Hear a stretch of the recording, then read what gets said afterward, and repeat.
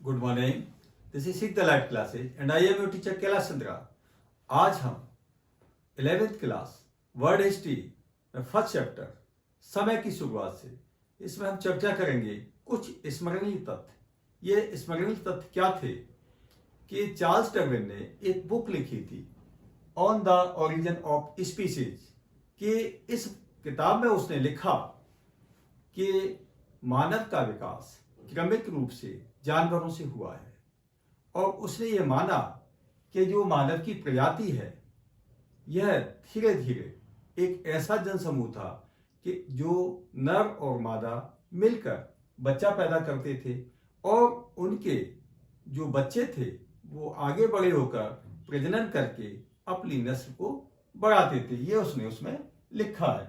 अब इसी के साथ आता है कि शिकारी संग्राहक समाज कि शिकारी संग्राहक समाज ये क्या है कि जो शिकार पर ही आज तक निर्भर है।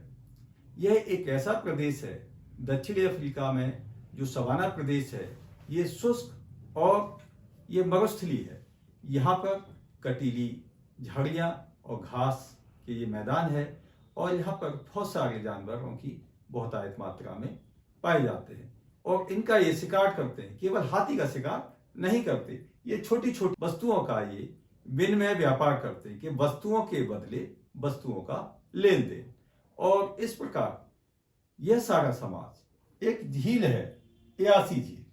तो इस झील में के जो आसपास 1 किलोमीटर के दायरे में ये लोग यहाँ पर जनसमूह रहता है और यह जनसमूह हमें उस आदि मानव का प्रतिनिधित्व करता है। तो इसमें यहाँ पर हम लिख सकते हैं कि ये सूखी चट्टान है, हरी हरी घास है, कटीली झाड़ियाँ हैं और यहाँ पर कोई भी इस तरह की वस्तुएं नहीं मिलती, केवल जो जंगलों से प्राप्त जड़ी बूटियाँ हैं कुछ और मांस, यही इनका जीवन चलाते हैं। तो इसमें ये क्वेश्चन बनता है इस चैप्टर में कि चार्ल्स डार्विन ने कौन सी बुक लिखी।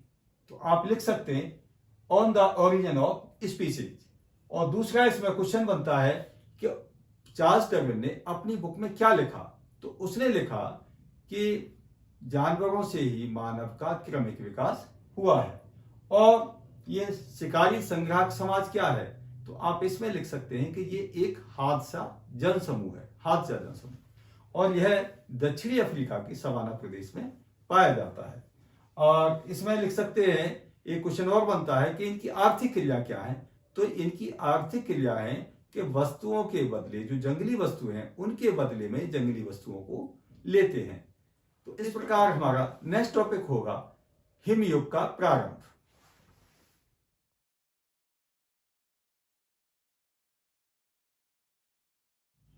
हिमयुग का प्रारंभ आज से लगभग 25 लाख वर्ष पूर्व यह हिमयुग शुरू हुआ और इसमें जो चेंजेज आए भाषा के रूप में वह था कि जो भाषा थी जैसे हाव भाव, हाथ मिलाना, गुनगुनाना, ये मौखिक क्रियाएं थी और यही आगे चलकर ये भाषा के रूप में जो ध्वनियाँ थी वो विकसित हुई।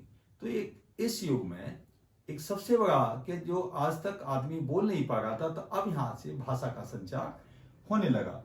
अब इसका जो अंत हुआ, हिमयुग का अंत लगभग 13 लाख साल पूर्व हुआ और इस अंत से मानव के जीवन में बहुत सारे चेंजेज आए। अब वो चेंजेज किस तरह से आए कि यहाँ पर उसने खेती करना शुरू कर दिया, खेती के साथ साथ पशुपालन शुरू करना और पशुपालन के साथ साथ और जो दैनिक जीवन की क्रियाएं थी उनका भी शुरुआत हुई। अब ये देखते हैं हम कि वो थे क्या क्या जो परिवर्तन जो किस रूप में और आए कि खेती के अलावा जो बस्तियां थी वो इस युग के बाद शुरू हो गई। इसमें एक क्वेश्चन तो ये बनता है कि हिमयुग का प्रारंभ कब हुआ। तो आप इसमें लिख सकते हैं कि हिमयुग का प्रारंभ आज से लगभग 25 लाख साल वर्ष पूर्व हुआ। और दूसरा क्वेश्चन ये बनता है कि इस युग में क्या नई चीज हुई। तो जो भाषा विकसित हुई, जो मौखिक रूप से ध्वनियों के रूप में वो भाषा विकसित हुई, तो भाषा का विकास पहले नहीं था मानव में, जो इस युग में आया। अब ये जो अंत हुआ 13 लाख वर्ष पूर्व इसका हिमयुग का, तो उसमें क्या हुआ कि उस अंत के बाद जो मानव ने कृषि करना प्रारंभ कर दिया। तो एक क्वेश्चन कृषि पर बनता है कि हिमयुग के बाद क्या चेंजेज आए। हिमयुग के बाद कृषि करना शुरू किया और कृषि के साथ ही पशुपालन जुड़ गया। तो इसी के साथ हमारा ये वीडियो समाप्त होता है। नेक्स्ट वीडियो में हम फिर मिलेंगे। Thank you.